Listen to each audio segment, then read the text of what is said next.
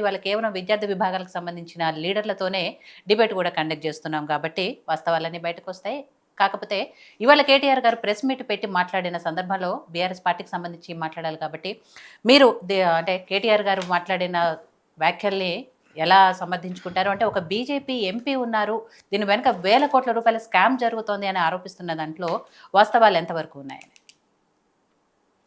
నమస్తే అండి. మీకు ప్యానల్లో ఉన్నటువంటి విద్యార్థి మిత్రులందరికీ కూడా నమస్కారం. అయితే గత కొన్ని రోజులుగా చూస్తా ఉన్నాము, కంచెనే చేను మేస్తుందనే విధంగా. అంటే భావి భారత విద్యార్థుల యొక్క జీవితాలను శాస్త్ర సాంకేతికతతో ముందుకు పోతున్నటువంటి ఈ యుగంలో, ఈ ఆధునిక యుగంలో విద్యార్థులకు మంచి చేయాల్సింది పోయి విద్యార్థులకు ఒక ఒక స్థలాన్ని కానీ, ఒక యూనివర్సిటీని కానీ, ఒక డెవలప్మెంట్ చేసేదాన్ని కానీ, లేకపోతే ఐటీ కానీ, హబ్ కానీ, ఏదన్నా శాస్త్ర సాంకేతికతను రూపొందించే విధంగా వాళ్ళ హాస్టల్స్ కానీ, నూతన బిల్డింగ్లు కానీ, నూతన కట్టడాలు కానీ, నూతన ఏదైనా చేయాలని చెప్పేసి ఒకవైపు ఇతర దేశాలు లేకపోతే ఇతర రాష్ట్రాల వారు వెంపర్లాడుతూ ఉంటే, తెలంగాణలో దౌర్భాగ్యం ఉంది. ఏమని ఉందంటే, ఎక్కడ ఫుట్బాల్ ఆడాలి, ఎక్కడ భూములు ఉన్నాయి, ఎక్కడ ఏం చేయాలి, డ్రోన్లు పెట్టి ఎక్కడ ల్యాండ్ ఖాళీగా ఉంది, ఎక్కడ జాగా ఖాళీ ఉంది, ఎక్కడ అమ్మాలి, ఎక్కడ విద్యార్థుల భూములు అమ్మాలనా, గిరిజన భూములు అమ్మాలనా, మొత్తం తెగ నమ్మేసుకోవాలి. భావి భారత పౌరులను కానీ, భావి తరాల వారికి అసలు భూమే లేకుండా అవసరమైతే రేపు ఒక యూనివర్సిటీ కాలేజీ పెట్టాలన్నా, ఒక టెక్నాలజీ కాలేజీ పెట్టాలన్నా, అక్కడ ఏదైనా పెట్టాలన్నా, కొత్తది పెట్టాలని పెట్టకుండా వందలాది ఎకరాలు అమ్మేసేయాలని ఒక సంకుచిత బుద్ధితో ఉన్నటువంటి ఈ ప్రభుత్వము అసలు ఎటుపోతుంది అనేది, దీని వెనకాల అసలు ఉద్దేశాలు ఏందని చెప్పేసి మేము మరీ లోతుగా పోయి అధ్యయనం చేసిన తర్వాత తెలిసింది. దీంట్లో ఆర్థిక కార్యకలాపాలకు సంబంధించినటువంటి కొంతమంది రాజకీయ నాయకులతో కుమ్మక్కై హెచ్యు ల్యాండ్స్ ఏవైతే ఉన్నాయో, హెచ్యు ల్యాండ్ 1975 నుంచి ఏవైతే వాళ్ళ వారసత్వంగా హైదరాబాద్ సెంట్రల్ యూనివర్సిటీకి వస్తున్నటువంటి ఆ భూములను కూడా తెగనమ్మి ఒక ప్రైవేట్ కంపెనీకి దారాదత్తం చేయాలని చెప్పేసి ఎవరైతే అనుకున్నారో, దానికి అక్కడ ఉన్నటువంటి హెచ్యు విద్యార్థులు కానీ, పర్యావరణ ప్రేమికులు కానీ, లేకపోతే కొంత సోషల్ యాక్టివిస్టులు కానీ, లేకపోతే విద్యార్థి సంఘాల నాయకులు కానీ, వాళ్ళు కలిసి కట్టుగా ఈ రోజు భారతదేశానికి తెలిసే విధంగా పోరాటం చేసి ఆ భూములను ఆపుకొని చివరికి సుప్రీంకోర్టు చివాటులు పెట్టినా కూడా వాళ్ళ బుద్ధి మారలేదు.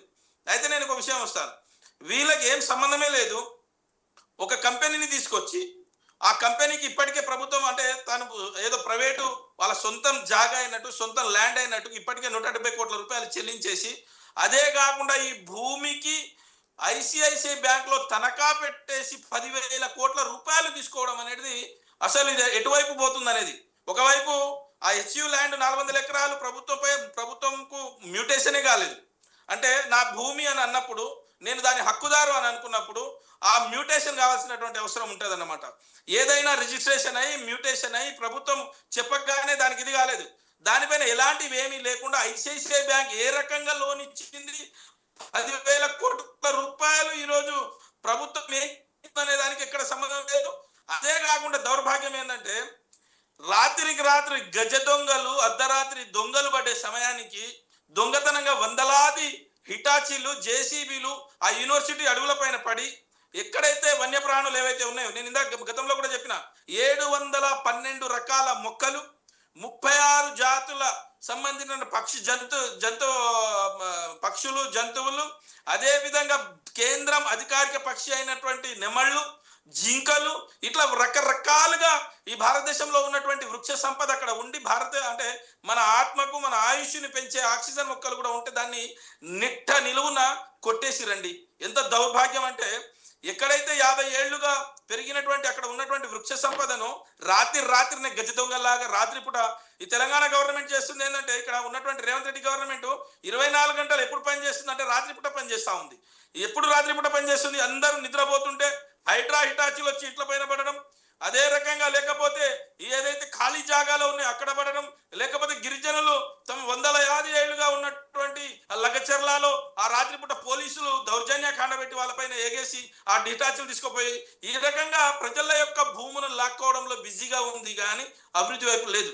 ఈరోజు దౌర్భాగ్యం ఏంటంటే, హైదరాబాద్ సెంట్రల్ యూనివర్సిటీ దేశానికి తలమానికం. తెలంగాణ రాష్ట్ర పౌరులు చాలా తక్కువగా ఉంటారు, విద్యార్థులు చాలా తక్కువగా ఉంటారు.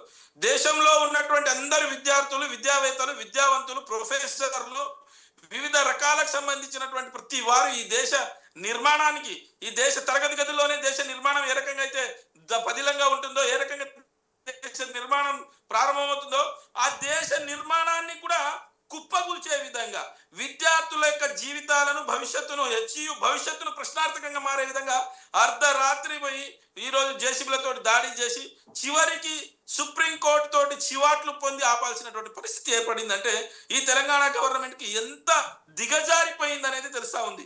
రెండో వైపు ఈ దేశంలో ఏంటంటే భారతీయ జనతా పార్టీకి అబ్సల్యూట్ మెజారిటీ ఇచ్చారు, చాలా సంతోషపడ్డాం. మోడీ గారు ఈ దేశాన్ని కాపాడతారు, మోడీ గారు ఈ దేశంలో ఒక గొప్ప నాయకుడు అయితే ప్రపంచ దేశాల్లో మాలాంటి అంతర్జాతీయ క్రీడాకారులు, నేను ఒక విద్యార్థి నాయకుడిగా నేను ఎక్కడికి ఏ దేశాలకు పోయినా మోడీ అని పేరు చెప్తే గౌరవపడే వాళ్ళం. కానీ ఈ రోజు తెలంగాణ రాష్ట్రం కూడా భారతదేశంలో అంతర్భాగంగా ఉంది. తెలంగాణ రాష్ట్రం భారతదేశంలో అంతర్భాగం ఉంది. ఇక్కడ హెచ్సియులు ఏదైతే సెంట్రల్ యూనివర్సిటీ కేంద్ర ప్రభుత్వ ఆధీనంలో పనిచేసే ఈ సెంట్రల్ యూనివర్సిటీకి ఇంత తత్తాంగాన్ని జరుగుతున్న మోడీ గారికి కానీ, అమిత్ షా గారికి కానీ లేకపోతే వీళ్ళకి తెలియదా? లేకపోతే జంతు సంరక్షణ చట్టాలు ఇక్కడ అమలు కావా? తెలంగాణ రాష్ట్రంలో చట్టాలు ఏమన్నా వేరే ఉన్నాయా? తెలంగాణ రాష్ట్రంలో రేవంత్ రాజ్యాంగం ఏమైనా కొత్తగా ఎవరైనా రాసిర్రా? రేవంత్ రాజ్యాంగమే నడుస్తుందా? భారత రాజ్యాంగం డాక్టర్ బిఆర్ బాబాసాహెబ్ అంబేద్కర్ రాసినటువంటి రాజ్యాంగం కాకుండా రేవంత్ రెడ్డి రాజ్యాంగం ఇక్కడ నడుస్తా ఉందా? పోలీసులు విద్యార్థుల లాఠీలతోటి వాళ్ళ ఈపుల పైన కర్తాతునులు చేసినాయి, అరెస్టులు చేసిరు. అమ్మాయిలు అబ్బాయిలను చూడకుండా ఏ అర్ధరాత్రి వాళ్ళని తీసుకుపోయి ఈరోజు హెచ్ఈలో పనిచేసినటువంటి వాళ్ళని అందరిని కొట్టిరు. ఎందుకండి?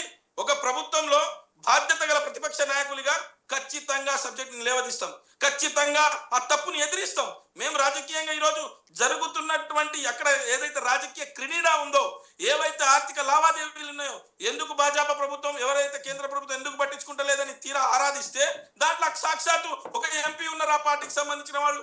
దీనిపైన ఇంకా ఏమైనా ఉందా అని అంటే నిజంగా ప్రభుత్వానికి చిత్తశుద్ధితోటి ప్రభుత్వం మంచి చేయాలి, మేలు చేయాలని చేస్తున్నారంటే అది లేదు, ఎక్కడ ఏది లేదు. 400 ఎకరాల అమ్మాలే, అక్కడ ఉన్నటువంటి జంతువులను నిర్దాక్షిణ చంపాలే, అక్కడ ఉన్నటువంటి జింకలండి పాపం నేను చూస్తా ఉంటే నిన్న మొన్న రెగ్యులర్ గా చూస్తా ఉన్నా, రోజుకొక జింక బయటికి రావడం, కుక్కల దాడిలో చనిపోవడం, రోజు ఒకటి బయటికి రావడం, దానికి నిరాశులైనాయి. ఎక్కడ పోయి దాచుకోవాలి? తల దాచుకోవాలి.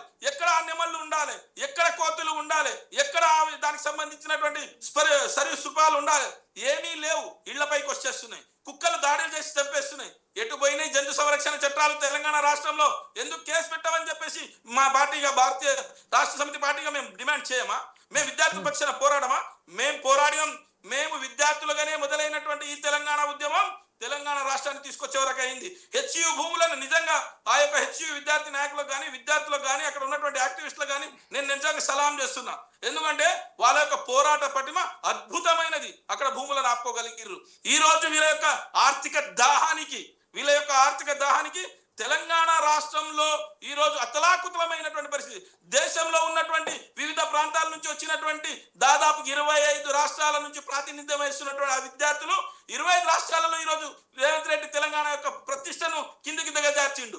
ఏమన్నా అంటే వాళ్ళపైన కేసు పెడతా, సోషల్ మీడియాలో పెడితే వీరిపైన సోషల్ మీడియాలో ఎవరైతే సినీ నటులు కానీ, పర్యావరణ శాస్త్రవేత్తలు కానీ, పర్యావరణవేత్తలు కానీ, లేకపోతే దానికి సంబంధించినటువంటి వ్యక్తులు కానీ, మాజీ ప్రొఫెసర్లు, మాజీ వీసీలు, ఎవరైతే రాజకీయ నాయకులు ఉన్నారో సోషల్ మీడియాలో పెడితే మీరు ఎందుకు పెట్టిరని చెప్పేసి వాళ్ళపైన కేసులు పెడతా అంటున్నారు. ఈ కేసులతోటి, ఈ పోలీసులతోటి రాజ్యాన్ని వెళ్దామని అంటే జరుగుతుందా అండి విజిత గారు? ఇది జరగనటువంటి పని కాదు. ఇప్పటికైనా తెలంగాణ రాష్ట్ర ముఖ్యమంత్రి గారు కళ్ళు తెరవాల్సింది ఏంటంటే విద్యార్థుల జోలికి వస్తే ప్రభుత్వం అంతమైతుంది. విద్యార్థుల యొక్క పంతానికి పోవు, విద్యార్థుల యొక్క అంతానికి నువ్వు రావద్దు. విద్యార్థులు తలుచుకుంటే ఏదైనా చేస్తారు, విద్యార్థి తలుచుకుంటే ప్రభుత్వాలు, రాజ్యాలు కూలిపోతాయని చెప్పేసి హెచ్చరిస్తా ఉన్నాం. రైట్. సో ఇక్కడ రమేష్ గారు, మీరు హెచ్సియు స్కాలర్గా ఉన్నారు కాబట్టి అక్కడ యాక్చువల్గా పరిస్థితులు ఏంటంటే ఇప్పుడు ఏం జరుగుతుంది అని, మొన్నటి వరకు ప్రభుత్వం అక్కడ చదువు చేసే కార్యక్రమం ఏదైతే చేపట్టిందో